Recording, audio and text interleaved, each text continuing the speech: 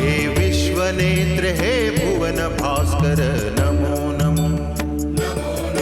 हे सृष्टि के सिरजनहार दिवाकर नमो नमो। हे सूर्य प्रभाकर नमो नमो। आदित्य विभाकर नमो नमो। हे भानुतिमिरहर नमो नमो। हे रवि भुवनेश्वर नमो नमो। हे विश्वनेत्र हे भुवन भास्कर नमो नमो। नमो नमो। हे सृष्टि के सिरजनहार दिवाकर नमो नमो। ओम सूर्याय नमो नमः। ओम सूर्याय नमो नमः। ओम सूर्याय नमो नमः।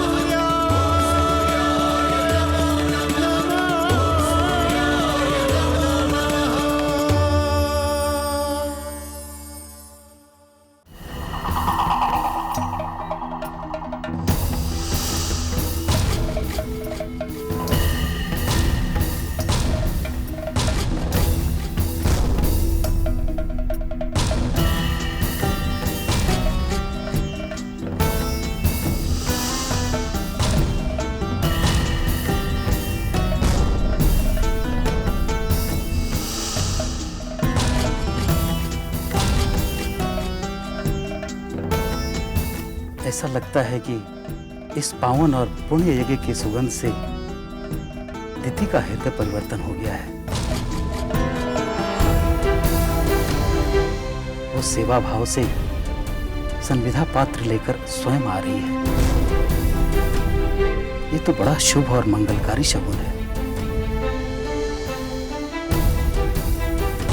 शुभ और मंगलकारी तो होगा देवगुरु, किंतु उस कुलघातिनी अदिति और उसके पुत्र के लिए नहीं, केवल और केवल मेरे लिए। देवी दिति का यह नया रूप सचमुच हर्षकारी है।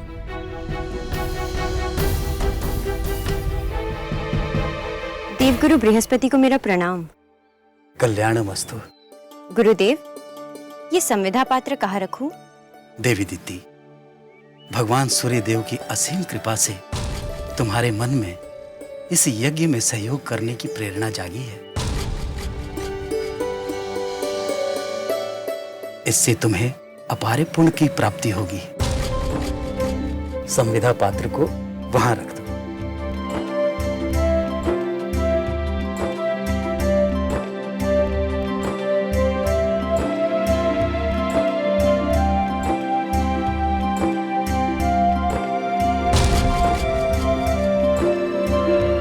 पुत्रेंद्र,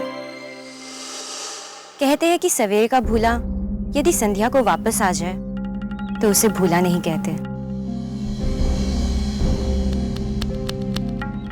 मैंने बहुत भूले की है और तुम्हें दुख भी बहुत पहुंचाया है, किंतु आज देव कृपा से तुम्हारी मौसी को अपनी भूलों का भान हो गया है। अपनी मौसी को क्षमा कर देना और तुम्हें तुम्हारे इस अंतिम यज्ञ के लिए मेरी शुभकामनाएं। बड़ी माँ, आप मुझसे बड़ी है, मेरी माँ समान है। ये क्षमा याचना कर मुझे पाप का भागी न बनाइए।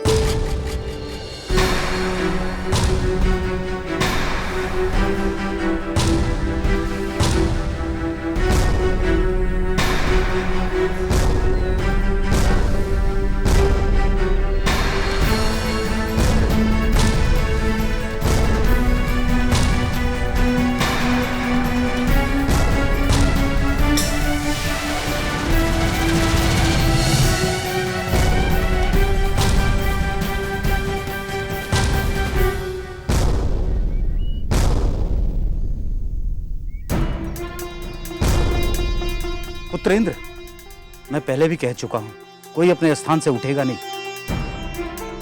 भूमि पर गिरने से संविधाएं दूषित हो गई हैं। इसे यज्ञ में प्रयोग नहीं किया जा सकता। दूसरी संविधा लेकर आओ।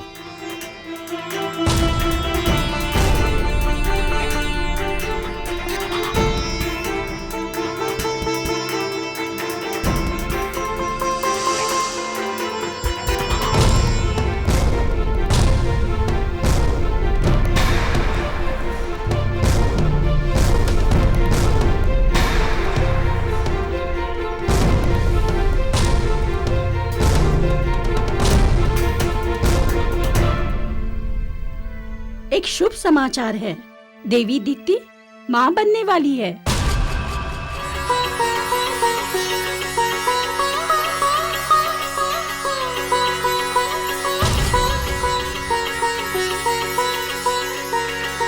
बधाई हो स्वामी, बधाई हो स्वामी। बधाई हो देवी दीप्ति। देखा आपने, देव भक्ति की ओर मुड़ते ही आपको शुभ समाचार मिला। शुक्राचार्य ने ठीक कहा था, मेरे पुत्रों का जन्म अब होने ही वाला है। वही मुझे संसार में वो सम्मान दिलाएंगे जो मेरा अधिकार है। किंतु दुख की बात यह है कि मैं उस दुष्ट इंद्र का यज्ञ खंडित न कर सकी। नारायण नारायण। संसार के आधार सूर्य देव की जय हो। आपने कितना सत्य कहा था कि मृत्यु लोक का जीव सोचता और चाहता तो बहुत कुछ है, किंतु होता वही है जो नियति चाहती है। अब तुम विश्राम करो। इस स्थिति में तुम्हें विश्राम की आवश्यकता है। मैं किसी को भेजती हूँ जो तुम्हारा ध्यान रखे। एक पल रुको माई।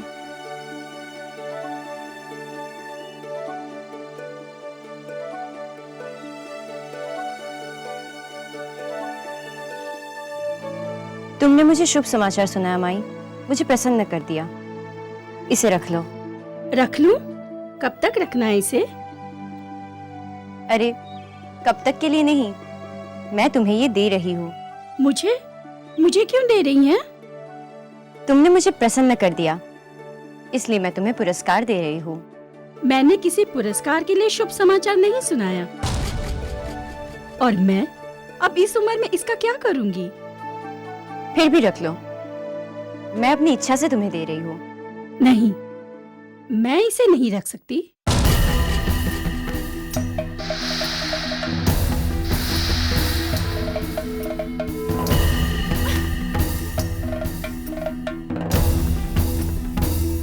देख रहे हो ना मेरे पुत्र, सबसे बड़ी होने के बाद भी तुम्हारी माँ सदा घृणा का पात्र रही है। इस संसार ने बड़ा अपमान किया है मेरा, किंतु अब तुम इस संसार में जन्म लेकर मेरे इस अपमान का बदला लोगे। इस सारे संसार में तुम अपनी माँ को उसका उचित स्थान दिलाओगे। तुम इतने शक्तिशाली और इतने वीर बनोगे कि तुम्हारी माँ के चरणों में इस पूरे संसार को झुका दोगे। तुम्हारे तेज से केवल इस धरती के मनुष्य ही नहीं, स्वर्ग के देवता भी थर थर कांपेंगे। शुक्रदेव, शीघ्र आइए। माता पद प्राप्त करने के लिए बहुत बहुत बधाई हो पुत्री। मैंने कहा था ना, मेरी गणनाओं में कभी चूक नहीं हो सकती। सही कहा था आपने, किंतु अब आपके विश्राम के दिन समाप्त हो गए हैं। अब मेरे पुत्र को शिक्षित और दीक्षित करने के लिए तैयार हो जाइए। मैं तो कब से इस पल की प्रतीक्षा कर रहा था पुत्री, किंतु इस कार्य के लिए मुझे ऋषि कश्यप की अनुमति लेनी पड़ेगी। और मुझे इस बात का डर है कि मुझे अनुमति देने में वे आनाकानी करेंगे। किंतु आप दैत्य गुरु बनेंगे, ये व्यवस्था तो स्वयं सूर्य देव ने शुभ शक्तियों के महासम्मेलन में दी थी। तो फिर ऋषि कश्यप इस व्यवस्था के विरुद्ध कैसे जा सकते हैं? और फिर उनसे अनुमति का प्रश्न तो तब आता है जब मेरे पुत्र का जन्म और लालन पालन यहाँ इस आश्रम में होगा। अर्थात? मेरे पुत्र का जन्म और पालन पोषण यहाँ इस दरिद्र आश्रम में नहीं, बल्कि मेरे पिताश्री के भव्य प्रजापति प्रासाद में होगा। मेरे विचार से तुम्हारे लिए यह अच्छा नहीं होगा। क्यों? क्योंकि यदि तुम अपने पुत्र को इस आश्रम में जन्म दोगी तो आश्रम वासियों के मन में तुम्हारे लिए प्रीत भी बढ़ेगी और सम्मान भी। ये सब व्यर्थ की बातें हैं। मैं तो अपने पुत्र को जन्म और उसका पालन पोषण प्रजापति प्रासाद में ही करूंगी। एक बार फिर से सोच लो पुत्री, क्योंकि तुम्हारे लिए पुत्र जन्म एक ऐसा अवसर है जब तुम अपनी परम शत्रु अदिति को अपने पति से दूर कर पाओगी। क्योंकि पुत्र जन्म के कारण उनका पूरा ध्यान केवल तुम्हारी ओर होगा पुत्री, जिसका लाभ उठाकर तुम उन्हें अपने और भी निकट ला पाओगी पुत्री।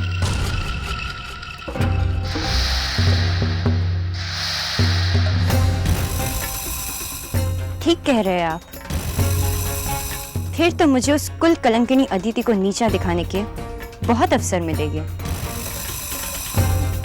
ठीक है, मैं अपने पुत्र को जन्म यहीं पर दूंगी। यही तो लक्षण होता है समझदार व्यक्ति का। तर्क, संगत, सारी बातें बड़ी जल्दी समझ जाते हैं। किंतु शुक्राचार्य, आप मेरा एक काम कर देंगे? बताओ क्या काम है? मेरे पिताश्री को यह शुभ समाचार शीघ्र से शीघ्र पहुंचा दे, कारण कि वे भी मेरे पुत्र के जन्म की प्रतीक्षा बहुत लंबे समय से कर रहे थे। ये कौन सी बड़ी बात है पुत्री, ये काम तो मैं अभी कर देता हूं। और देखना, ये बात सुनकर प्रजापति दक्ष अत्यंत प्रसन्न होंगे। चलता हूं।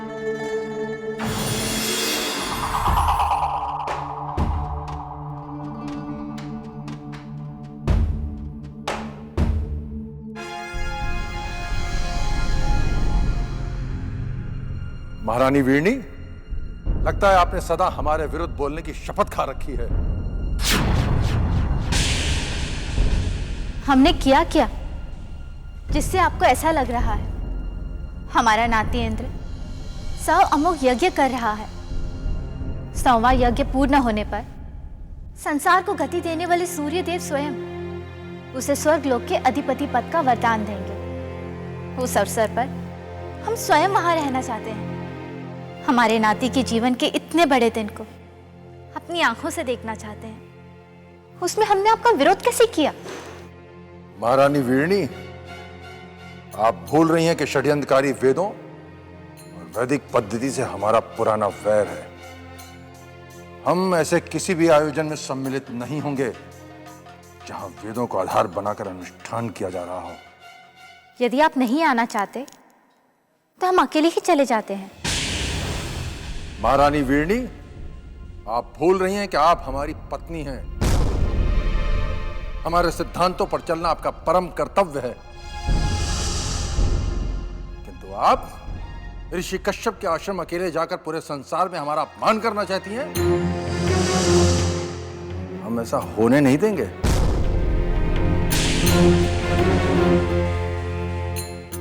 पृथ्वी सम्राट की जय हो। पृथ्वी सम्राट, आपके मित्र शुक्रदेव आए हैं और आपसे भेंट करना चाहते हैं। शुक्रदेव इस समय? जाओ उन्हें आदर के साथ लेकर आओ। जो आज्ञा महाराज। महारानी वीरनी, बिना पूर्व सूचना के मित्र शुक्रदेव आए हैं। अवश्य कोई विशेष कारण होगा। आपका अनुमान बिल्कुल ठीक है मित्र दक्ष, किंतु पहले आपको और भाभी वीरनी को मेरा प्रणाम।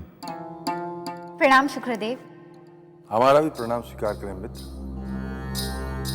किंतु आपको हमारे कक्ष में आने के लिए अनुमति की क्या आवश्यकता थी? मित्र दक्ष, जब पति और पत्नी अपने कक्ष में अकेले हों तो शिष्टाचार यही कहता है कि बाहरी व्यक्ति को बिना अनुमति के भीतर नहीं आना चाहिए।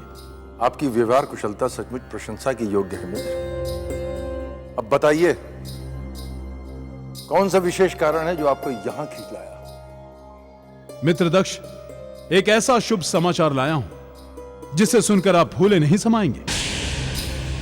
किंतु मैं चाहता हूं कि इसका अनुमान पहले आप स्वयं लगाएं।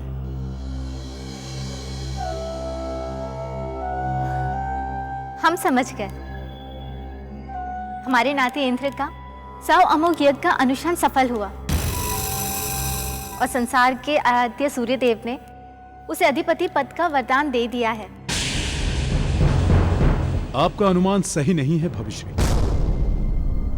अब पहले ना बुझाइए मित्र शुक्रदेव, बताइए क्या समाचार है? शुभ समाचार यह है कि आप और भाभी श्री एक बार फिर से नाना नानी बनने वाले हैं।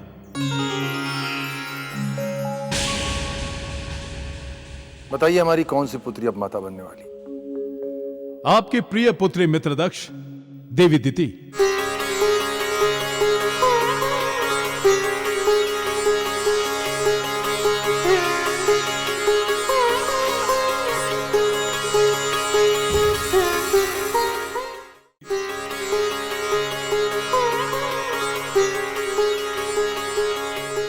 आप सच कह रहे हैं मित्र? हमारी पुत्री दीति माता बनने वाली है। ये तो आपने सचमुच बहुत शुभ समाचार सुनाया मित्र। द्वारपाल, जी महाराज। जाओ, जाकर सेनापति को अंदर भेजो। जी मित्र, ये सचमुच बहुत शुभ समाचार है। कहिए, हम आपको क्या पुरस्कार दें? मुझे कोई पुरस्कार नहीं चाहिए मित्रदक्ष, किंतु हां, आपकी पुत्री दिति ने आपके लिए ऋषि कश्यप के आश्रम में आने का संदेशा भेजा है। सचमुच? महारानी वीरणी, ऋषि कश्यप आश्रम चलने की तैयारी करें। स्वामी, अभी कुछ पल पहले ही आप वहां जाने से ना कह रहे थे, और अभी दीदी का संदेश मिलते ही अब तत्पर हो गए। आप कहना क्या चाहती हैं? यही कि एक पिता को अपनी पुत्रियों के बीच इस तरह भेदभाव करना शोभा नहीं देता। महारानी वीरणी, आप हमारी पत्नी हैं। हमारे किसी भी निर्णय पर आपको प्रश्न उठाने का कोई अधिकार नहीं। आप चलने की तैयारी कीजिए। बस।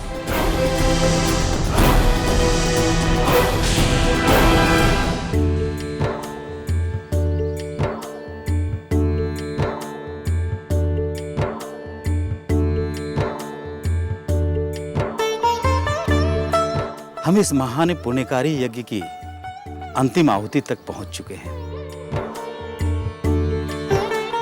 अर्थात अंतिम पूर्णाहुति तक।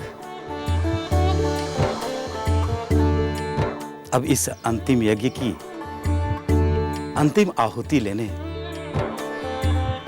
इस संसार के आधार स्वयं सूर्य भगवान पधारने वाले हैं। वही इन 100 यज्ञों की सुफल चिरंजीवी इंद्र को प्रदान करेंगे।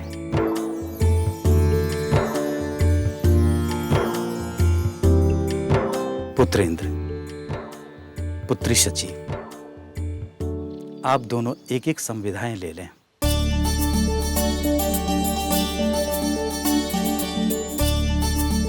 और जैसे ही मेरा मंत्र पाठ पूर्ण हो, एक ही साथ इन संविधाओं को इस पवित्र अग्नि में अर्पित कर दें।